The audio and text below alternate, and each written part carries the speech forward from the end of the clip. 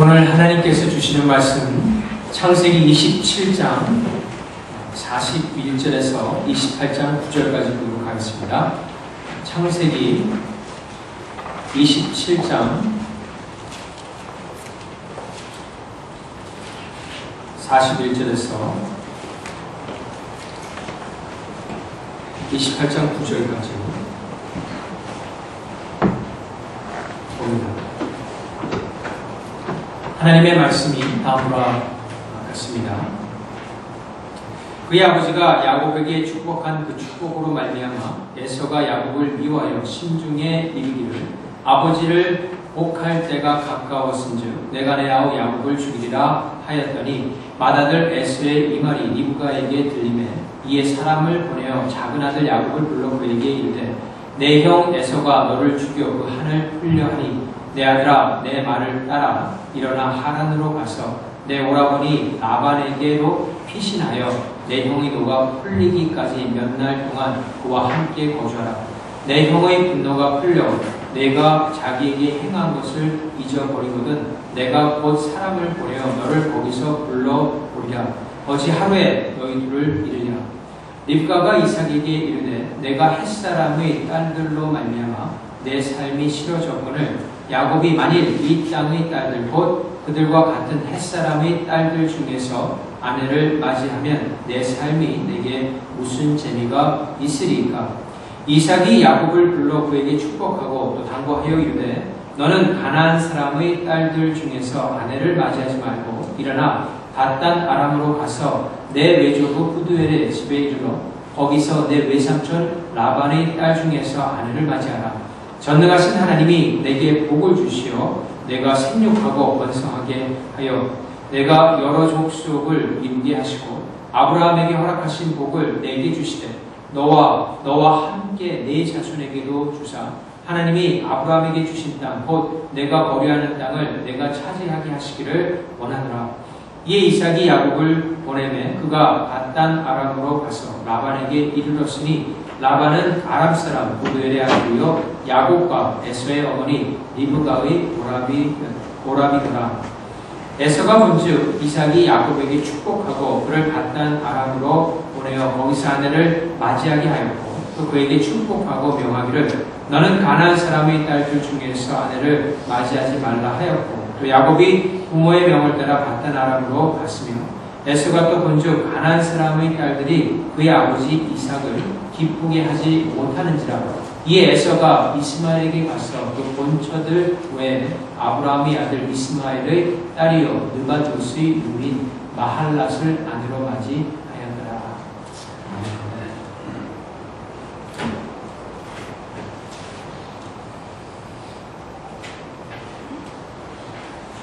텔레비전이나 영화를 보게 되면은 이 가정을 주제로 하거나 또 소재로 한 그런 여러 프로그램들이 많이 있습니다.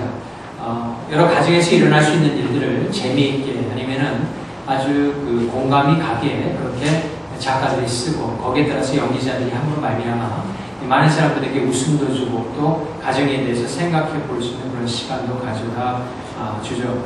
특별히 그 드라마들 가운데서 높은 시청률이나 많은 관객 수를 이루는 그런 영화나 드라마 같은 경우에는 많은 경우에 이 관람하는 사람이나 시청자들의 그 공감을 살 수 있기 때문에 그와 같은 결과가 오지 않나 생각을 합니다. 어떤 만들어낸 가상의 그런 가정의 모습을 보면서 자신의 모습도 좀 반추해 볼 수 있고 또 배우기도 하고 고치기도 하는 그런 것들이 아마 드라마를 보는 가운데 시청자들 가운데 흥미도 주고 또 배우지 않나 그런 생각을 해봅니다. 또 어떤 경우에는 실제 한 가정을 사실 다큐멘터리로 엮어서 그 가정사를 보여주면서 사람들에게 감동을 전해주는 그런 TV 프로그램들도 많이 있고 또 예능 프로그램 같은 경우에도 그런 것들을 반영하는 경우가 참 많이 있습니다. 오늘 읽은 본문도 사실 지난 시간부터 우리가 좀 보았지만은 한 가정에서 일어난 일들을 기록한 그런 글입니다. 성경이라고 해서 다른 글이 아니라 똑같은 한 가정에서 일어난 다큐멘터리 형식으로 기록된 글입니다. 이 성경에 있는 상황에 놓이다 보면은 어떻게 보면은 사람이나 누구나 그렇게 행동할 수 있겠구나라고 하는 그런 공감대를 형성하는 것이 바로 오늘 본문에 나와 있는 글입니다. 이 아버지는 이삭이고 어머니는 리브가이고 그들에게 두 아들이 있었습니다. 첫째가 에서고 둘째가 야곱이었는데 이 둘이 쌍둥이였죠. 아버지의 나이가 138세에 가깝고 고령의 그런 나이였습니다. 상당히 나이가 많은 상태에서 이 과정에 관한 여러 가지 내용들이 담겨있죠.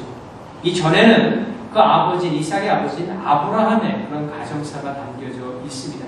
아브라함이 있었고 사라가 있었고 그 사이에서 이 하갈을 통해서 이스마엘이 낳고 또 이 사라를 통해서는 이삭이 낳는 등 여러 가지 아브라함에 관한 그런 가정사가 있다가 이제는 이삭의 중심으로 한 그런 가정사를 볼 수가 있습니다. 그래서 이삭이 어떻게 태어났고 또 어떻게 자라다가 모리아산을 갔었고 그리고 나중에 장성하여서 신앙이 돈독해졌을 적에 아브라함의 신앙 못지않게 다시 하나님의 말씀에 따라서 브엘세바로 돌아오는 데까지 하는 어떻게 보면 이삭의 삶을 짧게 그 가정과 함께 나타내는 그런 모습으로 그리고 있다는 것입니다.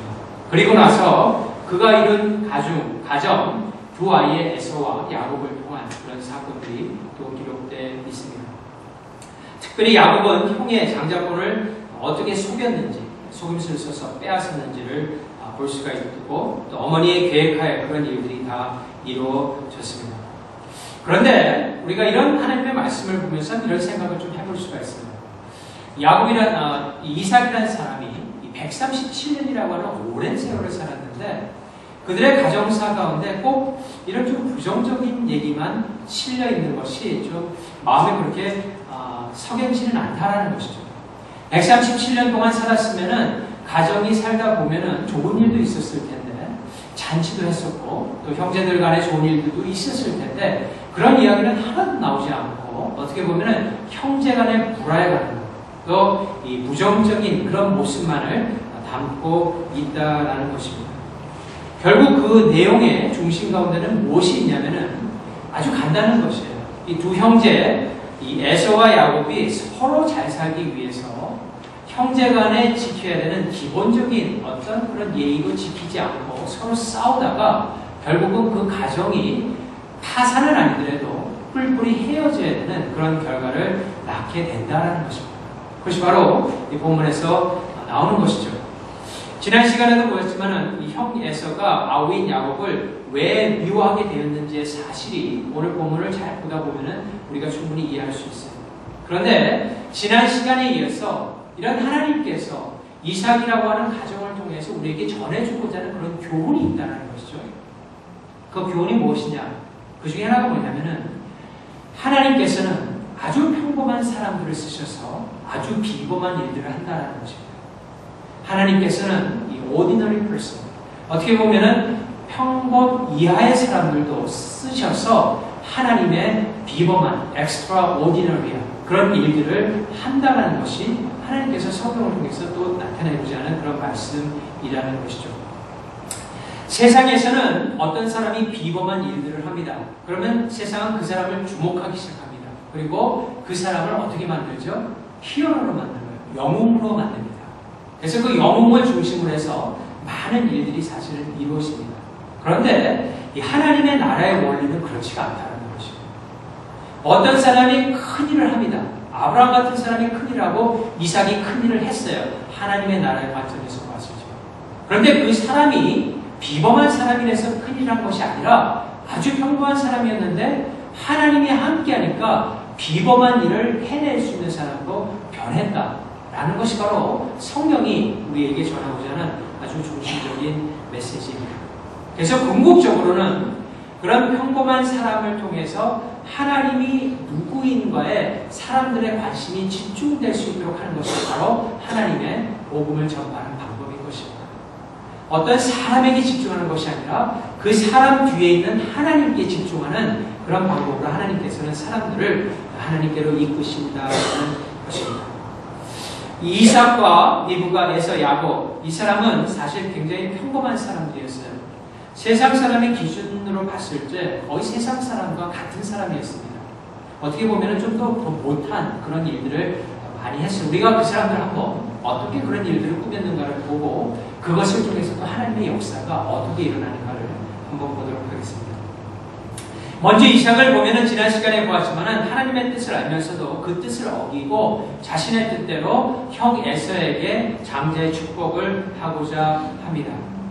어떻게 보면은 자신이 원하는 대로, 자신이 어떻게 좀 좋아하는 대로, 기쁜 대로 살고자 하는 아주 평범한 사람이죠. 근데 거기 하다가 하나님의 뜻에 부딪힌 거예요. 그게 다른 것이지 보통 평범한 사람이나 하나님을 믿지 않는 사람이나 거의 다름이 없는 평범한 사람이었다는 것이죠. 리브가라는 사람은 또한 어떻습니까? 이 어떤 신앙의 어머니 하면은 우리가 이 아이들을 위해서 기도하고 또 그들이 잘 되기를 원하고 사실 그런 분이 아니었어요. 리브가는 보게 되면은 집안의 대소사를 자신이 알아서 움직여야 되는 굉장히 컨트롤링한 그런 여인이었던 것을 우리가 볼 수가 있습니다. 그래서 41절을 보면은 이 에서가 야곱을 미워하게 된 다음에 이런 일들이 일어나죠. 41절 말씀을 다시 한번 봅니다. 보면은 그의 아버지가 야곱에게 축복한 그 축복으로 말미암아 에서가 야곱을 미워하여 심중에 이르기를 아버지를 곡할 때가 가까웠은즉 내가 내 아우 야곱을 죽이리라 하였더니라고 했습니다. 아버지가 살아 계시니까 내가 내 아우를 못 죽이지만은 아버지가 죽으면은 내 아우를 내가 죽이겠다라고 결심을 했어요. 에서가. 그때 그 소리를 리브가가 듣습니다. 그러고 난 다음에 그야말로 이 하늘이 무너지는 듯한 아주 그런 느낌을 갖게 되죠. 그런 다음에 이 아들인 야곱을 불러서 피신을 시켜야 되겠는데 이것을 어떻게 시켜야 될까 그런 간구를 하게 됩니다. 그리고 리브의 생각에는 자신의 오라버니인 이 라반의 집에 보내게 되면은 좋겠다라는 결론을 얻게 됩니다. 그러니까 여러분들 한번 보시기 바랍니다. 이 남편과 상의하여서 집안의 중요한 일을 결정한 것이 아니라 자신의 마음을 일단 결단해서 내 아들을 피신시켜야 되겠다, 처가로 보내야 되겠다, 내 집으로 보내야겠다 작정을 한 다음에 그 다음에 그 일을 하기 위해서 내가 이삭 남편을 어떻게 우회적으로 그렇게 할 수 있도록 만들까라고 생각했던 것입니다. 그래서 창세기 27장 46절을 보면 다음과 같이 말합니다. 46절 말씀을 봅니다. 오늘 본문에 46절 말씀을 이렇게 되어 있어요. 리브가가 이삭에게 이르되 내가 햇사람의 딸들로 말미암아 내 삶이 싫어졌거늘 야곱이 만일 이 땅의 딸들 곧 그들과 같은 햇사람의 딸들 중에서 아내를 맞이하면 내 삶이 내게 무슨 재미가 있으리까? 라고 말을 합니다. 어떻게 보면은 리브가가 상당히 하나님의 말씀에 따라서 이 아이를 이방 여인이 아닌 하나님의 자손들과 비슷한 사람들과 결혼시키고자 하는 목적으로 자신의 처가에 오라버니 집에 보내는 것으로 볼 수 있습니다. 하지만 속셈은 그것이 아니었어요. 그죠? 속셈은 이 아이를 피신시켜야 되겠는데 만약에 이삭이 거기에 대해서 반대를 하면 안 되니까. 또한 더 나아가서는 에서가 그 전에 이방 여인들하고 서로 결혼한 것이 있었는데 그 결혼한 사실을 이삭도 싫어했습니다. 그래서 그것을 이용한 것이에요. 그래서 이삭도 싫어한 그 일과 자신이 싫어한 일을 잘 결과해서 야곱을 결국 오라버니 집으로 보낼 수 있는 방법을 고안하는 것이죠. 그래서 전에 보면은 창세기 26장 34절에서 35절 말씀 한번 봅니다. 창세기 26장 34절에서 35절 말씀 보면 이렇게 되어 있어요. 에서가 40세 헷족속 부에리의 딸 유딕과 헷족속 엘론의 딸 바스맛을 아내로 맞이하였더니 그들이 이삭과 리브가의 마음에 근심이 되었더라. 이렇게 되죠. 그러니까 에서가 먼저 햇사람과 결혼을 한 것이 이삭에게도 또 리브가에게도 별로 좋지 않았던 것이에요. 그러니까 그것을 이용하여서 우리 야곱까지 그렇게 되면은 내가 원하는 며느리를 볼 수가 없으니까 내 아들은 먼 곳, 내 처가에 보내서 거기 있는 우리 사람들과 어울리는 사람들과 결혼시키도록 하자라고 해서 우회적으로 이 야곱을 그곳에 보냈다라는 것입니다. 여러분 이것을 보면은 이 두 부부 사이가 결코 성경적으로 그렇게 아름다운 사이는 아닙니다. 서로가 서로를 어떻게 보면 좀 속이는 듯한 그런 사이죠. 그러니까 다시 말해서 리브가도 그렇게 대단한 인물이 아니었다는 것입니다. 세 번째 에서는 어떠합니까? 에서는 말할 것도 없죠. 지난 시간에 보았지만 자신의 유익을 위해서 야곱을 죽이고자 했던 생각을 한 사람입니다. 더 나아가서는 이 결혼을 부모님의 마음에 들도록 하기 위해서 결혼이라는 것을 이용하는 데까지 이르러 갑니다. 우리 본문의 28장 다시 한번 봅니다. 창세기 28장 8절에서 9절까지 보겠어요. 창세기 28장 8절에서 9절 이렇게 되어 있습니다. 에서가 또 본즉 가나안 사람의 말들이 그의 아버지 이삭을 기쁘게 하지 못하는지라. 이 에서가 이스마엘에게 가서 그 본처들 외에 아브라함의 아들 이스마엘의 딸이여 느바요스의 누이 마할랏을 아내로 맞이하였더라라고 되어 있습니다. 이건 뭐냐면은 요즘으로 말하자면은 정략 결혼을 했다라는 것입니다.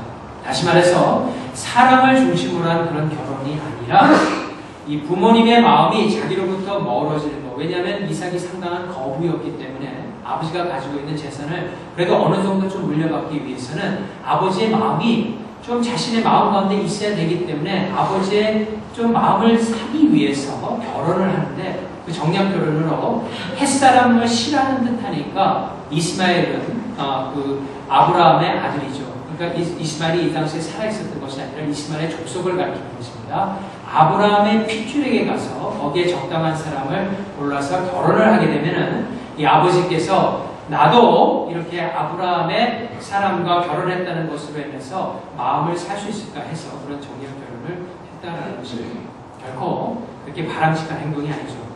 마지막으로 야곱입니다. 야곱을 보면은 모든 사실을 알면서도 가장 중요한 자신의 목숨을 구하는 일이 달려있기 때문에 그 외에 모든 일들은 결코 중요하지 않았어요.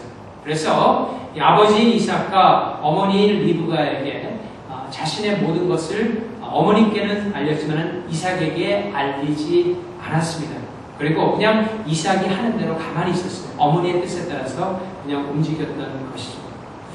이분은 사실 어떤 하나님께 순종하는 그런 모습을 보인 것이 아니라 자신의 목숨을 살리기 위해서 가장 최선의 방법이라고 생각한 것이 어머니가 낸 묘안이었기 때문에 그것을 따라갔던 사람입니다.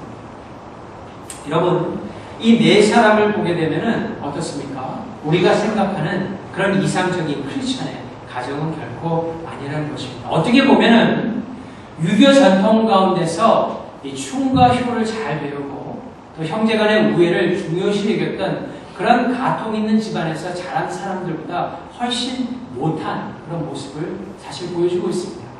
최소한도 그런 집에서 자라면 형제 우애간에 자신이 좀 희생하지 형을 위해서 또 동생을 그렇게 하는 경우는 또 이렇게 없다라는 것이죠. 있을 수도 있겠지만 그렇게 비교를 한다면은 오늘 이 이삭의 가정은 제가 볼 적에 우리가 또 판단할 적에 그렇게 헬시한 건강한 가정이 안 된다는 것입니다. 그런데 어떻게 보면 그런 평범한 가정에 하나님의 비범한 일이 일어난다는 것입니다. 그런 평범한 가정에 하나님의 비범한 일이 일어나는데 그 시작은 다른 것이 아니라 이삭의 참된 회개로부터 시작했다는 것입니다. 우리 창세기 28장 1절에서 4절까지 한번 봅니다. 창세기 28장 1절에서 4절 보면 이렇게 있어요. 이삭이 야곱을 불러 그에게 축복하고 또 당부하여 이르되 너는 가나안 사람의 딸 중에서 아내를 맞이하지 말고 일어나 밧단 아람으로 가서 내 외조부 부두엘의 집에 이르러 거기서 내 외삼촌 라반의 딸 중에서 아내를 맞이하라. 전능하신 하나님이 내게 복을 주시어 내가 생육하고 번성하게 하여 내가 여러 족속을 이루게 하시고 아브라함에게 허락하신 복을 내게 주시고 너와 함께 내 자손에게도 주사 하나님이 아브라함에게 주신 땅 곧 내가 거주하는 땅을 내가 차지하게 하시기를 원한다 라고 되어 있습니다. 여러분 전 시간에도 보았지만 자신의 뜻대로 에서를 축복하고자 했습니다. 그런데 야곱의 속임수로 인해서 못하게 되죠. 그죠? 그런 다음에 이 하나님의 뜻을 거스름에 따른 엉뚱한 데다가 자신의 생각한 대로 되지 않자 그 다음에 심히 무서워서 크게 떨었다라고 성경은 가르치고 있습니다. 어느 정도의 회개가 일어나는 것이죠. 그런 다음에 자신의 마음을 이 사람이 올렸던 것입니다. 한번 이 장면이 사실 이게 너레티브가 전체적인 그 사건만을 이렇게 설명하기 때문에 그걸 그냥 읽으면 어떤 내용들이 들어가 있는 게 여러분들이 조금 이해하기 힘들 건데 제가 방금 말씀드린 대로 이렇게 보게 되면은 하나님께서 우리에게 주시고자 하는 그 뜻을 분명히 알 수 있어요. 그러니까 이 가정은 어떻게 보면은 상당히 어떻게 보면 이하의 가정이라는 것이죠. 하지만 거기 하나님의 비범한 일이 일어나는데 그 비범한 일의 중심에는 이삭이 마음을 바꾼 데서부터 일어났다는 것이. 어떻게 바꿨냐면은 자신이 끝까지 만약에 나는 죽어도 야곱을 축복 못해라고 했다면은 문제가 커졌을 것입니다. 왜 그런 재벌 총수들 가운데 한번 아버지하고 아들이 틀어지게 되면은 죽을 때까지 안 보는 사람들도 있지 않습니까? 만약 이삭이 그랬다라면은 하나님의 역사가 일어나지 못했을 텐데 하나님께서 이삭에게 은혜를 주셨어요. 그래서 야곱을 꾸짖고 그냥 가라 이렇게 하기보다는 이제 뜻을 깨달은 거예요. 아, 하나님이 야곱을 결국 축복하는구나. 그러면 나의 역할은 그 하나님에 따라서 순종하는 것이구나 라고 깨닫고 야곱을 제대로 축복해 줍니다. 왜냐하면 그 제대로 축복해 주는 거 어떻게 할 수 있냐면 본문에 보면은 아브라함의 복을 거론하고 있어요. 그 전에 축복은 그냥 이 땅에서 잘 사는 것으로 끝나지만은 이 축복은 다른 축복이에요. 언약의 축복을 해줍니다. 그래서 창세기 17장 1절과 6절 말씀에 나온 하나님께서 아브라함을 보시고 아브라함의 축복이 어떤 것을 가리키는 것 똑같은 축복을 가지고 이제 야곱에게 축복을 해주는 것입니다. 그러니까 전에 이삭은 자신이 죽기 전에 해야 될 일이 내가 사랑하는 에색에 큰 축복을 내리고 내가 죽겠다라고 생각했다라면은 여기 오면은 내가 죽기 전에 해야 할 가장 중요한 일은 하나님께서 내리신 그 언약의 축복을 내 떼서 끝내지 아니하고 그 다음 때로 이어지는 야곱에게 축복하고 내가 하나님께로 가야 되겠구나. 이것을 깨닫는 것입니다. 여기에서 참된 회개가 일어나는 것입니다. 그래서 아브라함의 축복으로 야곱을 축복했다라는 것입니다. 그것이 바로 이 야곱의 이삭의 위대한 점이죠. 하나님의 자비 그리고 하나님의 은혜를 깨닫고 자식을 축복해서 그 다음에 이제 창세기에 나오는 것이 보면은 하나님의 움직임이 이삭이라는 사람에서 야곱으로 가요. 더 이상 이삭은 나오지 않습니다. 거기. 그리고 야곱으로 가서 또 하나님이 야곱을 어떻게 쓰시는가에 대해서 나타낸다는 것입니다. 그에 반해서 에서는 참된 회개를 하지 못한 사람입니다. 여러분 에서의 사건을 보게 되면은 이렇게 돼 있어요. 거기 보면은 아버지가 야곱을 축복했다는 말을 듣고 그가 크게 슬피 웁니다. 어떻게 보면은 좀 회개하는 마음도 있고 어떻게 보면은 원통한 마음이 더 커서 그렇게 크게 울 수 있을 것입니다. 그죠? 그런데 그 다음에 중요해요. 그 다음에 야곱을 죽이기로 결심을 했다는 것입니다. 한으로 끝났다는 것입니다. 자신에게 일어난 그 일을 그냥 한으로 생각하고 이 복수를 내가 해야 되겠다라고 생각하고 야곱을 죽이기로 결단합니다. 그가 하나님의 은혜를 받아서 다르게 말을 했다라면은 좀 달라졌을 거예요. 어떻게? 내가 어떻게 해서든지 하나님의 복을 좀 하려고 그랬더니만 이게 하나님의 뜻이 아니었구나. 그걸 깨닫고 하나님은 어차피 야곱을 축복하기로 하였으니까 그 자신을 놓고 내가 이제는 하나님께 나와서 하나님의 자비를 구하고 내가 하나님께 참된 회개를 통해서 그분께서 나를 어떻게 좀 그래도 불쌍히 봐주는 그 자리로 나아가야 되겠다라고 생각했다라면은 에서의 삶이 달라졌을 거라는 것입니다. 근데 에서는 그렇게 하지 못했다라는 것입니다. 사실 이스마엘 같은 경우에는 자신이 회개는 아니지만은 나중에 하가를 통해서 보게 되면 하나님께서 그들에게도 자비를 내려주셔서 그들의 가정을 이렇게 온전하게 채우는 법을 볼 수가 있는 것이죠. 결국 무엇입니까? 하나님께서는 사람이 할 수 없는 그 일들을 평범한 사람들을 쓰셔서 비범한 일들을 하시는데 그 하시는 그런 과정 가운데서 아주 그 평범한 사람들이 하나님의 은혜를 받고 또 회개를 하고 하나님의 말씀에 대한 새로운 깨달음을 가지고 그 말씀에 순종하는 삶으로 이어질 적에 그것을 통하여 하나님의 놀라운 역사가 일어난다는 것입니다. 2주 전이었죠. 시학사하고 그레인베이인가요? 그 팀이 이제 풋볼을 해가지고 결국 그 시학사가 아주 드라마와 같은 연장전까지 가가지고 이기는 그 타치다운에서 이기는 게임이 있어요. 게임 후에 이 코너백이었던 러셀 윌슨이라는 사람이 인터뷰를 했는데 이제 내셔널 TV에 이렇게 잡혔는데 거기에 보니까 상당히 감격을 해가지고 자신이 참 기쁘다라는 그런 인터뷰를 했죠. 근데 거기에 보게 되면은 그 전에 게임이 끝난 다음에 이제 러셀 미술 중심으로 해서 몇 명 정도 아마 성경 공부하는 그 그룹인 것 같아요. 같이 반쯤 무릎을 꿇고 통성으로 이렇게 기도하는 장면이 나왔어요. 아마 같이 했던 분이 그 성경 공부를 인도하는 목사님이었던 것 같아요. 그래서 벌써 끝나서 이제 인터뷰를 하는데 계속해서 그가 하는 말이 하나님께서 이 모든 걸 준비하셨다. 하나님께서 이 모든 걸 준비하셨다 하면서 자신은 부족한 사람인데 하나님께 영광을 돌리는 참 그런 모습을, 아름다운 모습을 봤어요. 사실 미국의 그 풋볼에서 쿼터백들은 키가 큰 사람들을 구합니다. 왜냐하면 수비수가 큰 사람들이 그 2m가 넘는 사람들이 달려들 적에 그 사람들 넘어있는 공격수가 어디로 움직이는 것을 봐야 되기 때문에 대부분의 쿼터백들은 기본 사람보다 키가 신장이 크게 돼 있어요. 근데 러셀 윌슨은 키가 작은 사람이에요. 그래서 퍼스트 라운드에서 이렇게 그 뽑혀 나가지 못하고 세컨드 라운드에서 뽑혔던, 어떻게 보면 좀 핸디캡이 있는 그런 사람이죠. 그런데 이 사람이 좀 훌륭한 점은 무엇이냐면은 쿼터백들이 보통 이 공만을 던지기만을 하는데 이 사람은 공을 가지고 뛰는 일까지 해요. 그것이 어떻게 가능하냐면은 몸체가 작으니까 순발력이 대단하고, 그러니까 수비수들도 이 사람이 요리조리 빠지니까 잡기가 너무나 힘든 거예요. 그러니까 이 사람이 무슨 역할을 하냐면 쿼터백뿐만 아니라 공을 잡고 뛰는 여러 가지의 포지션, 무쇠 사람의 역할을 같이 한다는 것입니다. 그러니까 연약한 그것을 통하여서 하나님께서 놀라운 일들을 그렇게 하는 모습을 보면서 참 대단하다라는 그런 생각을 해보았습니다. 평범하지만 비범한 일들을 할 수 있는 능력이 사실 우리에게도 주어져 있다는 것이죠. 왜냐하면 전능하신 하나님께서 우리와 함께 하시기 때문에 그렇다는 것입니다. 여러분, 예수님께서 이 땅에 오셔서 12명의 제자들을 고르실 적에 아주 평범한 사람들을 골랐습니다. 하지만 그 사람들을 통하여서 예수님께서 가졌던 생각은 이 온 세상을 복음화시킨다라는 생각이셨습니다. 그 계획이 있으셨어요. 그런데 그 예수님의 계획이 이 땅에 지금 이루어졌습니다.